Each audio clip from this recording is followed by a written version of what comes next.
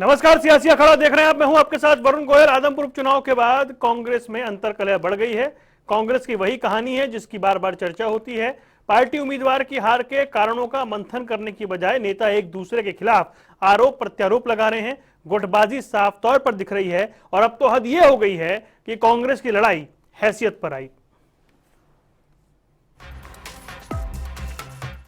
आदमपुर उपचुनाव की लड़ाई में कांग्रेस प्रत्याशी को हार का सामना करना पड़ा और हार के बाद कांग्रेस में अंदरूनी कलह और आपसी गुटबाजी एक बार फिर खुलकर सामने आ गई है।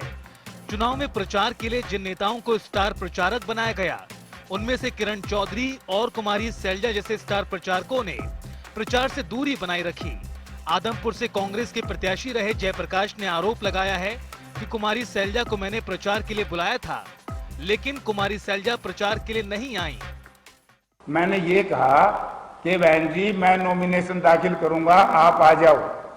तो उन्होंने कहा कि मैं राहुल जी की यात्रा में जा रही हूं। दूसरी बार मैंने टेलीफोन किया कि मैं आपका चुनाव के लिए टाइम दे दो प्रचार के लिए, ताकि हम व्यवस्था कर दे। तो उन्होंने कहा कि मैं देखती हूँ, मैं हिसार आती हूँ। तो मैं हिसार मिलने गया। 1.5 घंटा तक मुझे बाहर बिठाए रखा पोलिंग के समय में। हरियाणा कांग्रेस में गुटबाजी इस कदर हावी होती जा रही है कि उदय भान ने तो किरण चौधरी को अपना नेता मानने से ही इनकार कर दिया और मीडिया के सामने किरण चौधरी की हैसियत का भी आकलन कर दिया।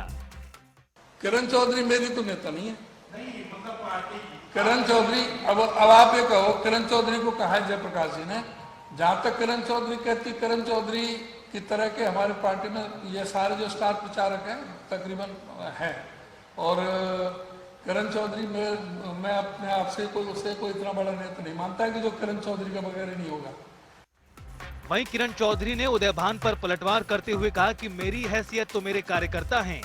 इस तरह की बयानबाजी कर प्रदेश अध्यक्ष पार्टी में गुटबाजी को बढ़ावा दे रहे हैं। प्रदेश का अध्यक्ष जो अपने आप को कहते हैं, वही अगर जो है इस तरह के बयान देंगे तो इसका मतलब ये तो गुटबाजी को और बढ़ावा देने की बात कर रहे हैं, है ना। तो प्रदेश अध्यक्ष का जो दायित्व होता है वो सबको जोड़ के चलने का होता है। कांग्रेस नेता राहुल गांधी एक तरफ भारत जोड़ो यात्रा चला रहे हैं, वहीं हरियाणा कांग्रेस के नेता आदमपुर में हार की समीक्षा के बजाय बयानबाजी कर अंदरूनी कलह को जगजाहिर करने में लगे हुए हैं, जिसका खामियाजा कांग्रेस पार्टी को भविष्य की राजनीति में उठाना पड़ सकता है। न्यूज डेस्क, जनता टीवी।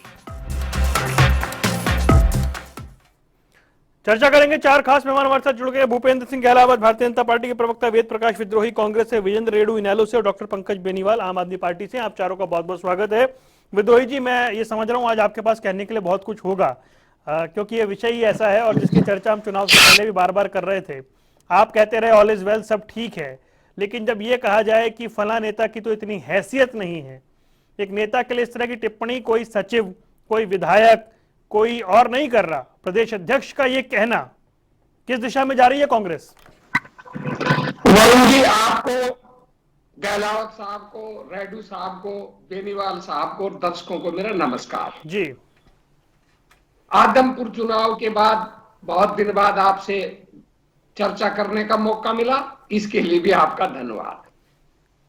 देखिए, ये तो जमीनी धरातल की वास्तविकता है कि कांग्रेस में opinion of difference of opinion है और कुछ थोड़े बहुत मतभेद भी हैं। अब इनके गहराई में भी जाना होगा। जहां तक, सबसे पहले तो मैं उदय भान जी की बात पर कहूंगा। चौधरी उदय भान जी बड़े शालीन व्यक्ति हैं, परंतु उनके मुंह से ये शब्द नहीं निकलना चाहिए था कि किरण जी की कोई हैसियत नहीं है। वो शायद उसी प्रेस कॉन्फ्रेंस में ही पता चला, जो मैंने रिपोर्टिंग पढ़ी, कि मैंने किसी से बात नहीं की, कि उनको ब्लड प्रेशर है और उन्होंने ब्लड प्रेशर की गोली नहीं ली थी। और ड्राइवर से पूछा तो ड्राइवर ने भी कहा पूरी प्रेस के सामने हुआ कि वो ब्लड प्रेशर की वजह से, मुझे लगता है कि उन्होंने ये बात कह दी जो नहीं कहनी चाहिए थी, फिर भी मैं उसको सही नहीं ठहरा रहा। क्योंकि राजनीति में किसी नेता के पास वोट हो ना हो, कोई छोटा नेता हो चाहे बड़ा नेता हो, सभी को अपना अहंकार त्याग कर जब तक पार्टी का कार्यकर्ता बनकर काम नहीं करेंगे, कोई भी पार्टी ना मजबूत हो सकती और ना सत्ता में आ सकती और न जनता की लड़ाई लड़ सकती। अब डिफरेंस ऑफ ओपिनियन क्यों पैदा हुआ, इसकी गहराई बड़ी साफ है। मैंने तो खुलकर आपसे राज्यसभा चुनाव के बाद जो चर्चा हुई उसमें भी कहा था, अब एक वोट कांग्रेस के विधायक की रद्द हुई।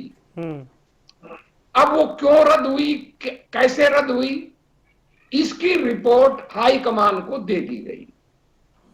उम्मीदवार ने भी दे दी और जो उस समय के इंचार्ज थे उन्होंने भी दे दी। अब 4 महीना से ज्यादा समय हो गया, 5 महीना हो गया पूरा, उस रिपोर्ट पर हाईकमान ने कोई निर्णय करने के बाद अलावा या कोई बताने की बजाय ठंडे बस्ते में डाल रखा है। अब जब किसी जमाने में कांग्रेस मजबूत थी, एक तरफा होती थी, तब ये कांग्रेस में कहावत थी कि किसी मुद्दे पर निर्णय न करना भी एक निर्णय है, पर आज वो स्थिति नहीं है। अगर हाईकमांड कह देता, बता देता भाई किस विधायक की वोट रद्द हुई, गलती से हुई, कैसे हुई, हो जाती है, तो मैं समझता हूं ये तनाव काफी समय से दूर हो जाता। तो उस ये जो तनाव का जो स्थिति है, वो बैकग्राउंड वो है। ठीक है सर। और जहां तक शैलजा जी की बात है, शैलजा हमारी बड़ी नेता है, इसमें कोई दो राय नहीं। पर मैं ये समझता हूं जो मैंने पहले कही थी कि कोई भी कितना बड़ा नेता हो, उसको अपना अहंकार छोड़कर पहले कार्यकर्ता बनना पड़ेगा। हिसार उनका जिला है, गृह जिला है, सिरसा से वो वर्षों तक चुनाव लड़ती रही है, उनका प्रभाव है, उनको टाइम देना चाहिए था। अब उदय भान जी भी कह रहे हैं कि मैंने समय मांगा, जयप्रकाश जी उनके घर गए तो मीडिया में भी आया था। अब वो नहीं गई, ये कोई अच्छी बात पार्टी के लिए नहीं है। उसके पीछे क्या कारण है ये तो वो वही बता सकती हैं। चलिए ठीक है सर, मैं विद्रोही जी दोबारा आता हूँ जरा, और मेहमान कुछ कहना चाह रहे हैं, मेरे पास तो आपके लिए सवाल ही सवाल है, समय सीमित होता है। गहलावत साहब देखिए, अब उन्होंने बात ऐसी कर दी कि ब्लड प्रेशर की गोली की, हालांकि बहुत सारे लोग खाते होंगे ब्लड प्रेशर की गोली, लेकिन इतनी महत्वपूर्ण प्रेस कॉन्फ्रेंस से पहले खा लेनी चाहिए थी मेरे ख्याल से। विद्रोही जी, हमारे घर का मामला, लेकिन घर की लड़ाई जब सड़कों पे आ जाती है तो दूसरी पार्टियों को भी बोलने का उसमें हक है। और फिर हमारी तो सरकार है, हमें तो सबका ध्यान रखना होता है। ये कांग्रेस का दुर्भाग्य है कि जितने हारे हुए लोग हैं उनका एक ग्रुप अलग से, चाहे वो उदय भान है, चाहे जयप्रकाश जी हैं, चाहे भूपेंद्र हुड्डा है, चाहे दीपेंद्र हुड्डा जी, और ये हारा हुआ जो ग्रुप है ये इस चुनाव हार के बाद बौखला गया। पहले तो इन्होंने हमारे जो उम्मीदवार जीते हैं उन पर भड़ास निकालने की बात की, और इन्होंने चैनल पे और अखबारों में धमकी देने का काम किया। हम लोगों ने संयम से काम लिया कि हारे हुए हैं, बौखलाए हुए हैं। और जयप्रकाश जी ने तो कहा कि समय रख लो आदमपुर। देखिए, डेमोक्रेसी में समय चुनाव आयोग रखता है, और 3 तारीख का समय रखा था। पहले 4 बार उसको पटकनी दी और 5वीं बार आदमपुर में भी पटकनी दी। और मैं ये बताना चाहता हूं कि 2024 में चुनाव आयोग फिर समय रखेगा और हम फिर पटकनी देंगे। ठीक है, ये जो अशोभनीय भाषा है, ये तो देखिए हमारी सरकार की ये कहिए नरमी है, नहीं तो ऐसे आदमी के खिलाफ FIR दर्ज होनी चाहिए और उसका अरे नहीं, कोई शिकायत आएगी तभी तो करेंगे ना सर, ऐसे क्यों दर्ज करेंगे आप? शिकायत तो है आपके पास, आप कहाँ ले गए मामले को? भूपेंद्र जी कहाँ, अरे आपने तो विषय ज्यादा बड़ा बना दिया। जो बौखला हुए आदमी है। नहीं नहीं भाई, आपस में वो है तो उसमें आप पार्टी क्यों बन रहे हैं, मुझे यही समझ आ रहा। नहीं, किसी को ये कहना उसकी हैसियत नहीं है, ना तो ये गाली है, ना तो ये गाली है, अब ना किसी कानून का उल्लंघन है। पर फिर भी गहलोत साहब अगर हमको सत्ता दुरुपयोग से जेल में डालना चाहते हैं, अरे आपको कौन डाल रहा है विद्रोही जी? आप कहाँ, आप रुकिए अभी। अब आप क्या सफाई दोगे? देखिए, हारा हुआ आदमी बहुत ताज्जुब की बात है जो कांग्रेस पृष्ठभूमि का नहीं है, हुड्डा साहब के प्रेशर में उसको प्रधान बना दिया। एक ऐसा नेता, एक ऐसी नेता जिसने कभी कांग्रेस नहीं छोड़ी, उसके ससुर कांग्रेस छोड़ गए, उसके हस्बैंड कांग्रेस छोड़ गए, लेकिन वो कांग्रेस में रही और वो कभी भी चुनाव नहीं हारी। एक हारा हुआ नेता उसको उसकी हैसियत पूछता है। और देखिए इन लोगों का ये जो गिरोह है, इन्होंने पहले भूपेंद्र हुड्डा और दूसरे लोगों ने अशोक तंवर की टांग तोड़ने का काम किया, शैलजा को बेइज्जत डालने का काम एक तरफ करने का काम किया।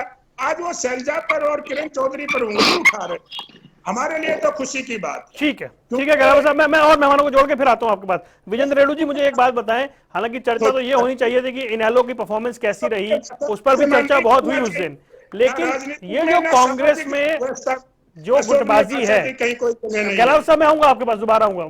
जब मैं एक दिन चर्चा कर रहा था तो केवल ढींगरा साहब बड़े नाराज हो गए थे। मैंने बोला किरण चौधरी और शैलजा प्रचार करने क्यों नहीं आ रहे हैं?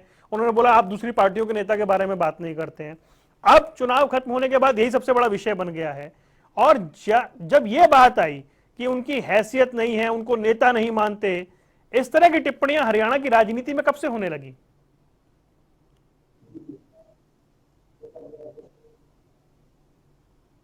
रणदीप सिंह जी हो, वो कहीं ना कहीं अपने क्षेत्र के वरिष्ठ लीडर हैं, पार्टी के सीनियर लीडर हैं।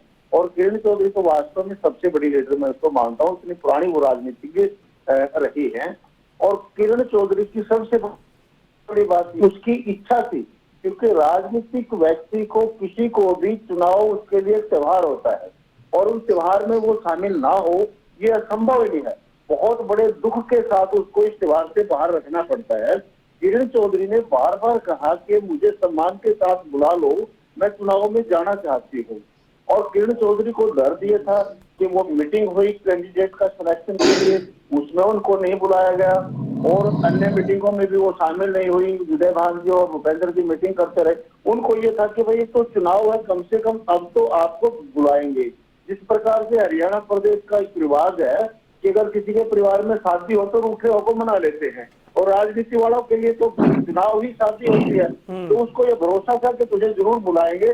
लेकिन ये बहुत ही बड़ी मतलब इन्होंने एक षड्यंत्र किरण जी के खिलाफ करने का काम किया, जो कि चुनाव जैसे महोत्सव में भी उसको नहीं शामिल किया गया। ये एक सोची समझी बिल्कुल भूपेंद्र सिंह जी हुड्डा की एक रणनीति है।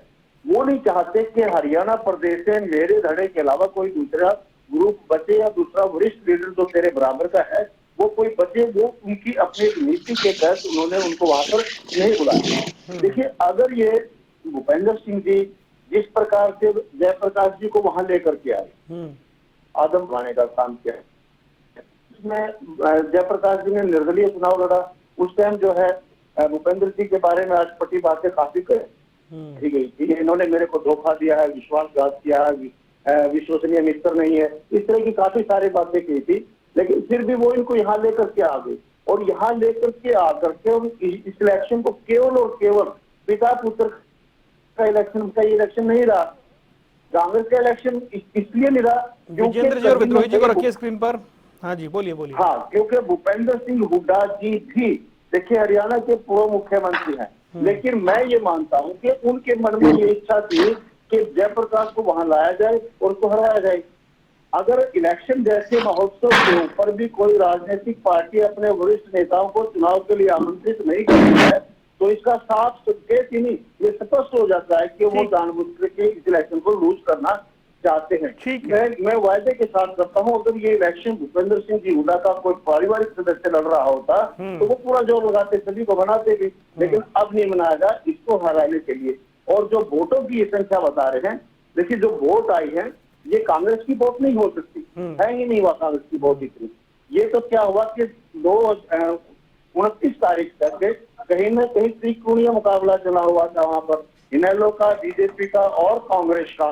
तो अंत में लोगों ने ये बनाया कि कोड़ा राम जी साधारण सामाजिक आदमी है, जयप्रकाश ठीक है, वो कोड़ा राम जी वाली बात हो गई। रेड्डी जी अभी तो मैं चर्चा को आगे रख रहा हूँ। खिलाड़ी ने प्लीज 5 सेकंड। तो इसलिए लोगों ने क्या किया कि भाई जयप्रकाश को दे दो, ये जो है ना भव्य को हरा देंगे। कितनी वो वोट लेगी? बीजेपी की 15,000 वोट की सारी कांग्रेस को सिद्ध होगी इसी बात के लिए कि भव्य जी को रोका जा सकता है। लेकिन उसमें कामयाब हो जाते आजमपुर की हल्का ने इनको आशीर्वाद देने का काम कर दिया था, लेकिन नेताओं ने जानबूझ करके अपनी लूटिया को डुबोने का काम किया। और फिर जैसे किरण चौधरी जैसी नेता को वो हैसियत की बात करते हैं प्रदेशाध्यक्ष। प्रदेश अध्यक्ष का कार्य होता है सभी को अपना पुरस्कार के, समझा के, मना के गठबंधन में एक ग्रुप बना करके रखे। लेकिन जिस प्रकार से प्रदेश अध्यक्ष कहते हैं मैं उसको नेता नहीं मानता, उसकी क्या हैसियत है, और मैंने सुनी है पीसी उनकी, वो इतने गुस्से के साथ बोल रहे हैं, लाल हो रहे हैं। ये बात नहीं हो सकती है कि बीपी होगा, ब्लड प्रेशर होगा, या हार के बाद हो गया होगा, पहले नहीं होगा अब हो गया होगा। तो लेकिन एक प्रदेश अध्यक्ष जिस प्रकार से बोलता है, मैं समझता हूँ कि बहुत बड़ी गलती है, उनको इस प्रकार का व्यवहार नहीं करना चाहिए। वरुण जी, आज हरियाणा प्रदेश की 5 सेकंड हो लेता हूँ आपकी तरफ से। हरियाणा प्रदेश में कांग्रेस की राज जो है, इनकी अंतरकलह जो है पूर्ण रूप से सड़कों के ऊपर आया हुआ है।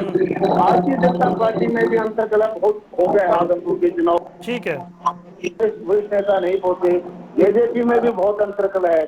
केवल इंडियन नेशनल लोकदल पार्टी नहीं, लेकिन वो परिणाम में नहीं आ रहा ना, इंडियन नेशनल लोकदल मान गया, वो रिजल्ट में नहीं आ रहा ना वोट में आ रहा है वो। नहीं तो मैं उस पे फिर चर्चा कर लूंगा एक दिन। अभी इसको आगे बढ़ाते हैं चर्चा को। नहीं, मैं तो वैसे बता रहा हूं कि आज हरियाणा प्रदेश में क्यों इंडियन नेशनल लोकदल ठीक है बेनीवाल जी, हालांकि स्थिति आपकी जो आपकी स्थिति रही उसकी चर्चा होनी चाहिए थी, लेकिन जो ये कांग्रेस में चल रहा है, क्या इसी वजह से आपको उम्मीद जागती है, कोई रास्ता दिखता है कि कांग्रेस में इंटरनल फाइट रहेगी तो आपके लिए रास्ता बनेगा?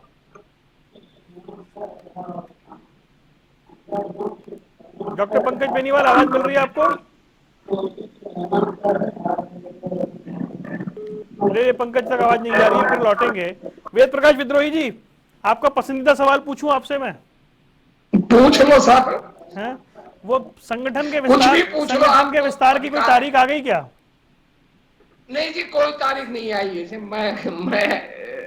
मैं कुछ नहीं कहूंगा। मैं आपसे पिछली बार ही वचन दे चुका हूं कि जब तक सूची जारी नहीं हो जाएगी मैं इस संदर्भ में, पार्टी कहेगी तब भी नहीं बोलूंगा। आपको पता है उस दिन एक वरिष्ठ पत्रकार बैठे थे हमारे साथ, उन्होंने कहा था कि आप शर्त लगा लीजिए ये नहीं आएगी, और आपने कहा था नहीं आने वाली है। नहीं, वो स्थिति थी जो मैंने बताई थी। अब वो क्यों रुकी, किस लिए रुकी, मैं उन कारणों में जाना ही नहीं चाहता। अच्छा ठीक है, मैं लौटता हूँ। आपको लगता है बेनीवाल जी से हमारा संपर्क हो गया। बेनीवाल जी, आवाज मिल रही है आपको? जी बिल्कुल मिल रही है। मेरा सवाल ये था कि हालांकि आपकी परफॉर्मेंस पर भी चर्चा होनी चाहिए थी, लेकिन ये जो कांग्रेस की इंटरनल फाइट है, क्या इस पर ही आप कोई अवसर ढूंढ रहे हैं हरियाणा में?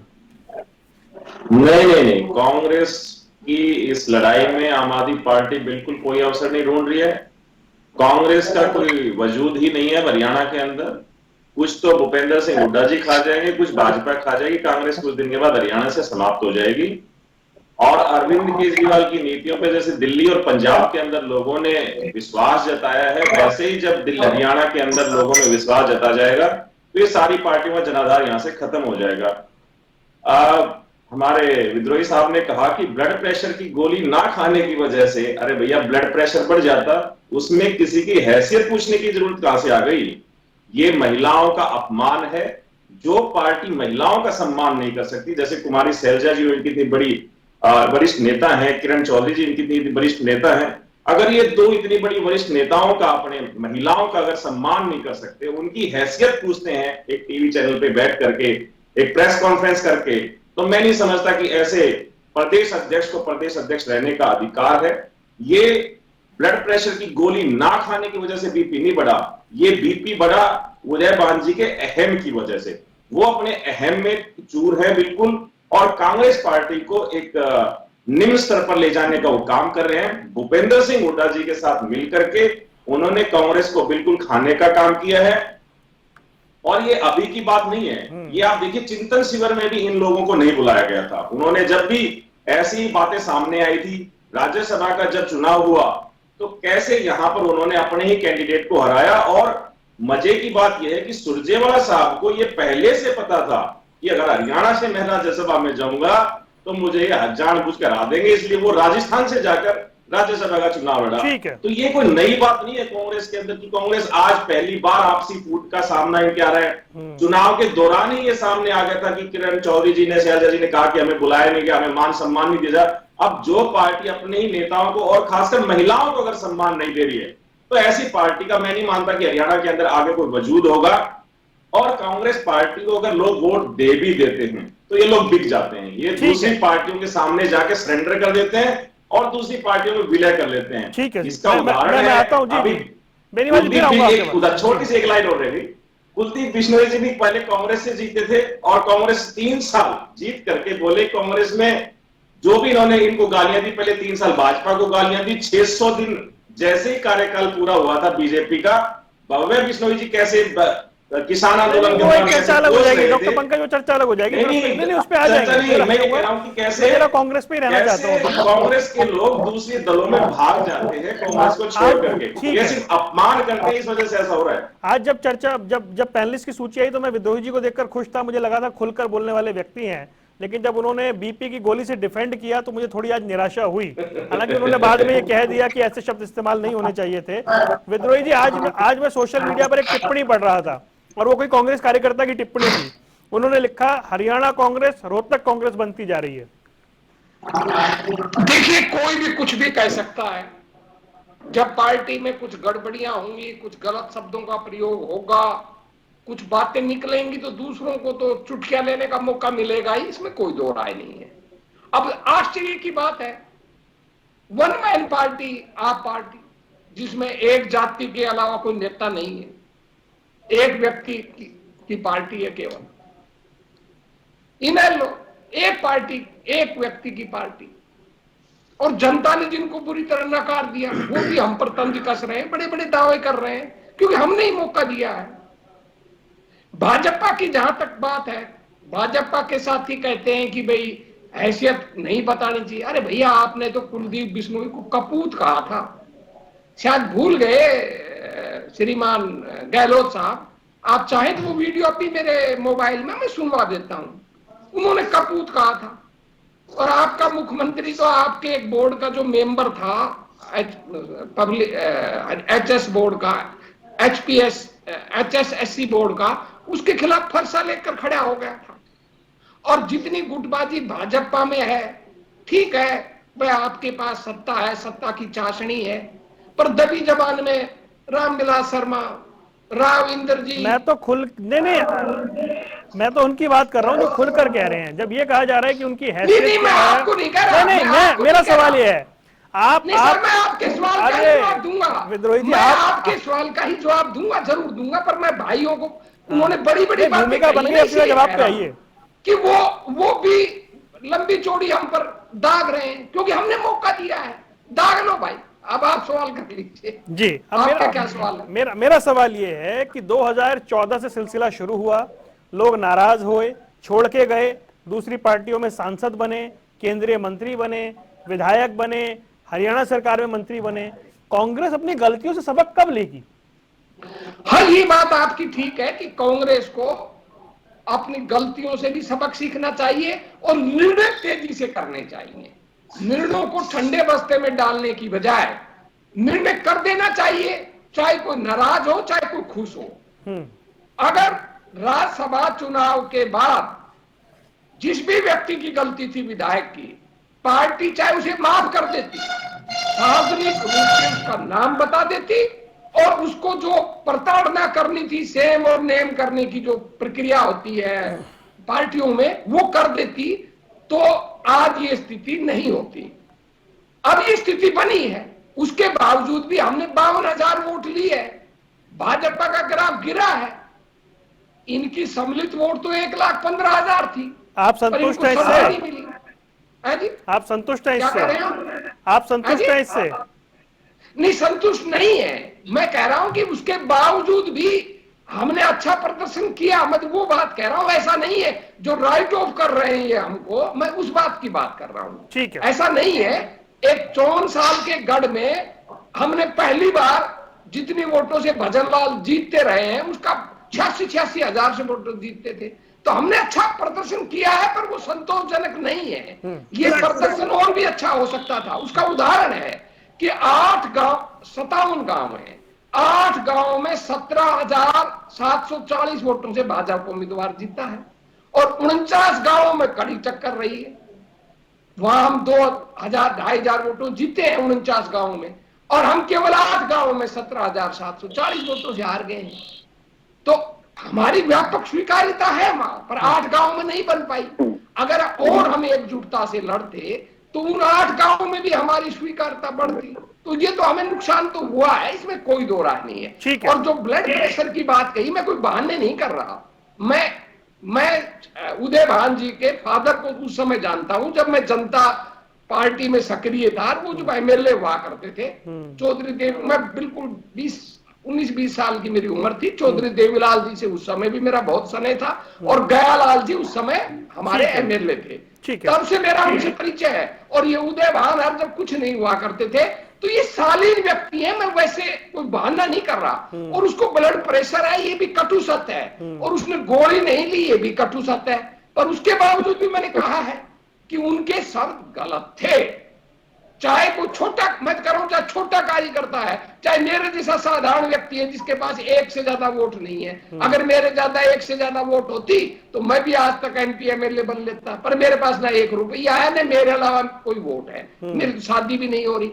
तो मेरे जैसे बहुत छोटे व्यक्ति को भी ये नहीं कहना चाहिए कि आपकी हैसियत नहीं है। ठीक है। मैं, रेडू साहब मुझ पर बड़े हंस रहे थे। रेडू साहब, चौटाला साहब किस तरह बेइज्जत करने, मैं खत्म कर रहा हूं, किस तरह नेताओं को बेइज्जत करते थे, स्टेजों पर से फेंक देते थे। और इवन टू भाजपा के सांसद और विधायकों को भी आपने पीटा था। आप कम से कम, और चाहे कह ले बेशक मेरे भाई, पर कम से कम आप तो ऐसी भाषा ना बोले, हमें शालीनता का उपदेश आप ना दें। और आपके दादा पोतों ने एक दूसरे के लिए क्या क्या कहा है, चाचा भतीजों ने क्या कहा है, आपने तो परिवार की भी लाज नहीं रखी। तो कम से कम आपसे हाथ जोड़ के प्रार्थना है कि आप तो हम पर तंज ना कसें। ठीक है गहलावत साहब, ये चर्चा हो रही है कि कुछ और भी खराब होगा, कुछ और लोग आपकी तरफ आएंगे, ऐसे संकेत मिल रहे हैं क्या कोई? हाँ देखिए, बहुत लंबी लाइन है। और ये फिर ये कहेंगे, पहले तो अपमान करने की बात करते हैं, उनको हैसियत बताते हैं, फिर जब वो पार्टी छोड़ देंगे फिर ये आरोप लगाएंगे कि आईडी का डर था, फलाना डर था, धिकड़ा डर था। मैं तो ये कहता हूँ कि जो जनता ने फैसला दिया है, मेरे दोनों साथी बोल रहे थे, विजेंद्र रेड्डू और ये बेनीवाल जी, इनकी बेशक जमानत जब्त हुई, इन्होंने जनता का फैसला स्वीकार किया और ये बौखलाए नहीं। विद्रोही जी कहते हैं हम तो ये हो गया, ये बौखलाए हुए हैं। और एक ये इसको डिफेंड कर रहे थे उदय भान जी को, उसके बारे में बता रहे थे। देखिए, सारी हरियाणा की जनता भी जानती है, आप लोग भी जानते हैं कि उदय भान का तो कुछ है ही नहीं, स्टैंप है। और भूपेंद्र हुड्डा ऐसे हालात पैदा कर रहे हैं, ये सभी जो राजनीतिक लोग उनसे सीनियर हैं या पार्टी में जिनकी कोई हैसियत है, वो आहिस्ता आहिस्ता ऐसे हालात पैदा करे कि वो छोड़ के चले जाएं। और इन्होंने हालत ऐसा पैदा कर दिया, कोई चुनाव में जाता तो अपनी बेइज्जती कराता, और राजनीतिक आदमी कम से कम अपनी बेइज्जती तो नहीं चाहता। अब ये हालात हैं। बहुत लोग, आप तो ये कह रहे हो कि 1-2, बहुत लोग, ये जो हालात पैदा हो गए। और विद्रोही जी, पता नहीं इस भूपेंद्र सिंह हुड्डा में से कांग्रेस क्या निकालना चाहती है। 2005 से जब से इसको नेतृत्व मिला, एक भी चुनाव नहीं जीते, सब चुनाव हारते जा रहे हैं। हमारे लिए तो फायदे की बात है कि ऐसा व्यक्ति जिसके जाने से, जिसके कंपेन करने से राय टूटकर हमारी बढ़ती हो, हमारे लिए तो अच्छी बात है। लेकिन हम ये चाहते हैं कि विपक्ष भी मजबूत हो। और कांग्रेस की जो ये अशोभनीय भाषा का ये प्रयोग करते हैं, राजनीति में भी और सामाजिक तौर पर भी ऐसे शब्दों का कोई स्थान नहीं होना चाहिए। हम इसकी निंदा करते हैं। और लोग हमारे कल्याणकारी योजनाओं से प्रभावित होकर हमारी पार्टी में आएंगे, हमारा उनका स्वागत है। बहुत लोग, 1-2 नहीं, आप मेरे से 2-3 महीने बाद जब गुजरात का रिजल्ट आ जाए तो ये पूछना कि कौन नहीं है लाइन में आने के लिए। चलिए, मैं पूछ लूंगा, मैं याद से पूछूंगा। जाएंगे जो भारतीय जनता पार्टी में आना नहीं चाहेंगे, ज्यादातर लोग। विद्रोही साहब भी मेरे मित्र हैं, इनको भी जल्दी से हम कोशिश करेंगे। अच्छा बोलते हैं, ये भी हमारी लाइन। उन्होंने बता दिया उनके पास ना रुपया है ना आदमी है और ना ब्याह हुआ है, ना शादी हुई है। नहीं भरेंगे। लेकिन आहिस्ता आहिस्ता सभी लोग भारतीय जनता पार्टी, क्योंकि जो आदरणीय नरेंद्र मोदी जी की नेतृत्व में जो हमारा देश विकसित हो रहा है, जो इसकी प्रतिष्ठा पूरी दुनिया में स्थापित हो रही है, और जो कल्याणकारी योजनाएं मनोहर लाल जी के नेतृत्व में ईमानदारी की प्रतिष्ठा जो बनी हुई है, उसको देखते हुए सभी लोग कांग्रेस छोड़ के और भारतीय जनता पार्टी में आएंगे। जो लोग उनको भी हमने कहा कि पहले तो आप मुकदमों के सामना करिए, और जब वहां से आप पाक साफ हो जाए तो उनको भी हम ले लेंगे। हम कोई जिद्दी किस्म के आदमी नहीं है, हम तो पार्टी को बड़ी करना चाहते हैं। ठीक है गहलावत साहब, जी जी पार्टी जी को छोटी करना चाहते जी। हैं। मैं चलिए मैं और रिएक्शन ले लूं। विजेंद्र रेड्डी जी, विद्रोही जी ये कह रहे हैं कि भाई कम से कम आप तो मत बताइए कि क्या कुछ करना चाहिए और क्या किस तरीके से पार्टियां चलती हैं और किस तरह की भाषा इस्तेमाल होनी चाहिए। इंडियन नेशनल लोकदल पार्टी एक ऐसा वट वृक्ष है जो ताऊ देवीलाल ने खड़ा किया था। मेरे ख्याल से लगभग सभी पार्टियों के जितने भी लीडर हैं, मोस्टली उनमें से 80% इसी इनेलो वट वृक्ष के ऊपर बैठ करके, इसी के पत्तों पर बीट कर निष्ठा करके और इसी का फल खा करके पले फूले हैं और उड़े हैं। तो इसलिए इसी ऐसे एक वट वृक्ष के बारे में ये कहना चलो इनके अपने विचार हैं, लेकिन मैं मानता हूँ इंडियन नेशनल लोकदल पार्टी जिस प्रकार से आम आदमी को ऊपर ला करके नेता बनाने का काम इस पार्टी ने किया है, बाकी पार्टियों तो इनके द्वारा तैयार किए गए नेताओं के द्वारा ही अपनी पार्टी को चलाने का काम किया। यहाँ सम्मान भी है, आदर भी है, और यहाँ एक इंस्टीट्यूट है जहाँ पर लीडर जो है तैयार किए जाते हैं। दूसरी बात जो इन्होंने कहा, एक बात इन्होंने कह दी बढ़िया, इसने अपना विद्रोही जी ने, वेद प्रकाश जी ने, और गहलावत साहब को पता लग गया ये तो ऐसे आदमियों को ढूंढते फिरते हैं, और आपने तो स्वयं ही बता दिया। अभी आपके पीछे लगेंगे जरूर, आप बच करके रहना इनसे, आदमी भाजपा वाले, और तो तुरंत उसका कोशिश करते हैं अपने अंदर ज्वाइन कराने की। वेद प्रकाश जी, ये आपके मुंह से निकल गई तो थोड़ा इसका सुधार भी ले तो अच्छा रहेगा, नहीं तो ये सारे आपके पीछे लगेंगे आप। दूसरी बात, आज जो है हरियाणा प्रदेश में अगर कोई पार्टी है वेद प्रकाश जी, तो ये आदमपुर के चुनाव ने सिद्ध कर दिया है, केवल इंडियन नेशनल लोकदल पार्टी एक ऐसी पार्टी है जो आम जन की पार्टी है, और जो ठीक है रेड्डी साहब, आज समय इतना ही है मेरे पास। रेड्डी साहब चौटाला जी से पूछ लेना विद्रोही कितना मजबूत आदमी है।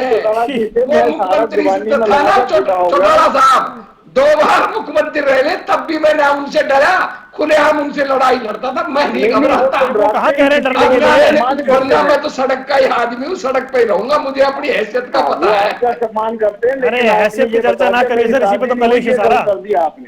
ठीक ये है, अपनी हैसियत ठीक की है बात कर रहा हूं। बेनीवाल जी, समय खत्म हो गया, सिर्फ एक लाइन में आप जवाब दे दें, फिर आपका समय रह गया था मेरे पास। जी बताइए क्या। देखो, जो पार्टी महिलाओं का सम्मान ना करे, जो अभद्र भाषा का प्रयोग करे, उस पार्टी को हरियाणा में ही चुनाव लड़ने का, बातें करने का, लोगों के सामने अपनी चीजें बताने का कोई अधिकार नहीं है। जो अभद्र भाषा जनता के लिए, महिलाओं के लिए दे, ऐसी पार्टी का कोई जनाधार हरियाणा में नहीं हो सकता। और गहलावत साहब ने जो एक ब्यार बैठा दी कि इतनी पार्टी, इतनी परियोजनाएं हरियाणा में लेकर के आए, इनको मैं बताऊं कि नहीं, वो अलग विषय हो जाएगा। समय इतना ही है पंकज जी, नहीं, एक बार बस माफ कीजिएगा, माफ कीजिए, शिक्षा के लिए कैसे फिर चर्चा में मौका दे देंगे सर, फिर चर्चा में मौका दे देंगे, हमेशा देते हैं। विद्रोही जी, अंत में जाते जाते इतना बता जाइए, हरियाणा कांग्रेस का होगा क्या? बहुत अच्छा होगा, और जब जनरल चुनाव होगा 2024 में हम जीतेंगे, और ये गुटबाजी, ये ओपिनियन डिफरेंस ऑफ चलता रहेगा, सब अपनी अपनी लड़ाई लड़ेंगे। बोले ये भी चलता रहेगा। समय जनरल चुनाव होगा, सब अपनी अपनी लड़ाई लड़ेंगे, और कहीं कुछ असर नहीं होगा। भूपेंद्र जी को हम सत्ता से बाहर कर देंगे, निश्चिंत रहिए भूपेंद्र जी, आप 2024 में बाहर होंगे। सत्ता से बाहर करेंगे, सत्ता में आएंगे। चलिए ठीक है, ये हो गया सिस्टम। कांग्रेस की वही कहानी है, घूम फिर करके जो चल रही थी वही चल रही है। देखते हैं क्या कुछ होगा। फिलहाल आप चारों मेहमानों को जुड़ने के लिए बहुत बहुत शुक्रिया। हार के बाद कांग्रेस में वार पलटवार है, लेकिन जो इस बार की लड़ाई थी वो हैसियत पर आई, और इसलिए ये चर्चा में बनी हुई है। यहाँ रुकने कुछ देर के लिए, खबरों का सिलसिला लगातार जारी है।